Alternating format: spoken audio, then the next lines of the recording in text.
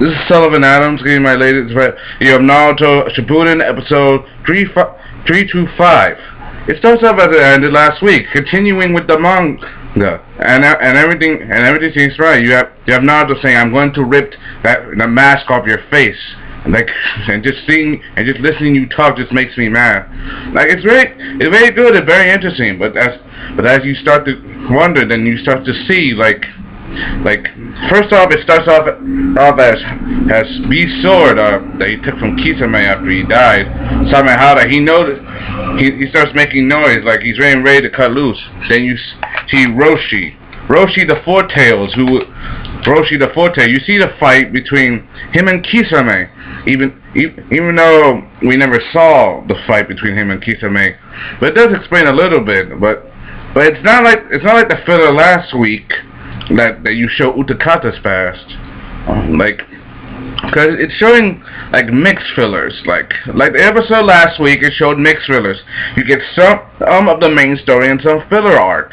That's what this is, part filler, but also part of the main story. You see Oroshi's past. You see him captured by Kisame and Itachi, being taken to the Akatsuki's hideout when they're prepared to use their ceremony, their spell to extract the tail beast from him. As it goes on, it really continues the manga. I mean, you have them fighting. You have Naruto and B going after them.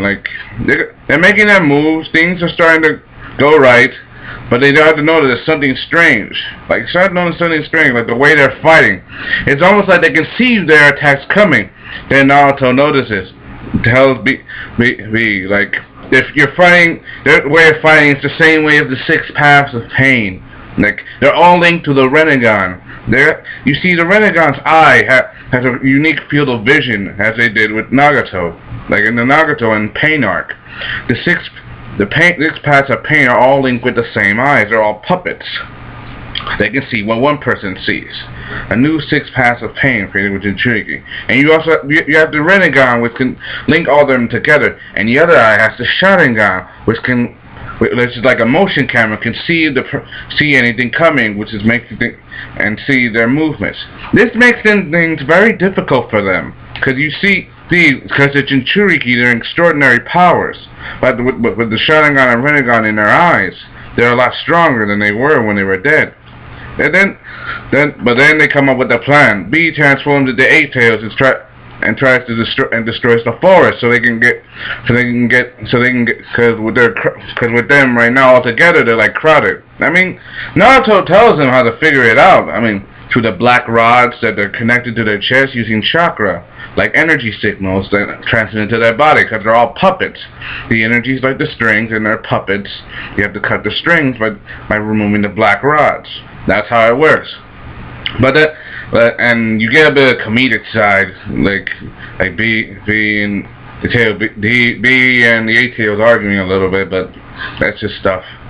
It's all part of the story. But you also, as he destroys the forest, he get all the tail beasts are together, all the Jinchuriki are together.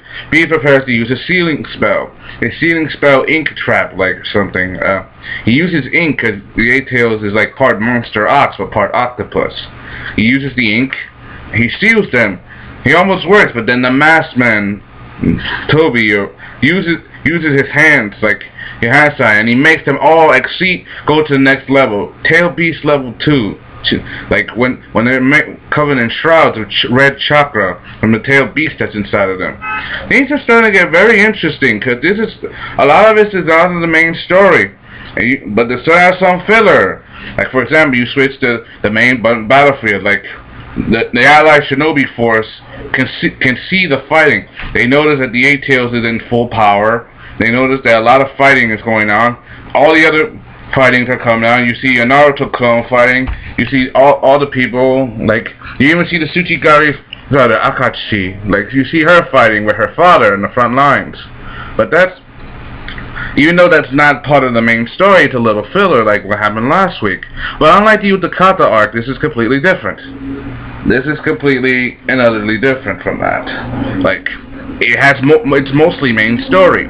First, in the beginning, it was kind of like that, but it got to the main story, including the part when they're all fighting, Like, they tried to fight them because you know they are outnumbered because you have 6-2 Naruto B against the other Jinchuriki. Well, technically 7. You count the Masked Man. As the Masked Man's about to attack Naruto, trying to capture him. You know, because he has the Rinnegan and trying to use his powers. Then you have boom. Guy Sensei comes out with his Super Leaf Hurricane kick. He's about to knock him out, and then boom, both him and Kakashi arrive together. Like, and as I quote, this is straight out of the manga. The masters have arrived. The masters have arrived. This is one of the epic parts of Naruto Shippuden. Even though you see, you know, those of you who know what I'm talking about know what I'm talking about. Even though some of you don't know, or have at least owned the game, or doesn't own the game, or don't read manga straightly, this is how it works. This is how it all goes. It ends with now they have better odds. Now that most of the alliance is almost done with their battles, Guy and Kakashi, who are not now as backup. Now it's like 6. Now it's like 4-7, and things are getting really, really interesting. As it continues with next week, this is Sellavin Adams. Keeping you updated on my latest web video and reviews.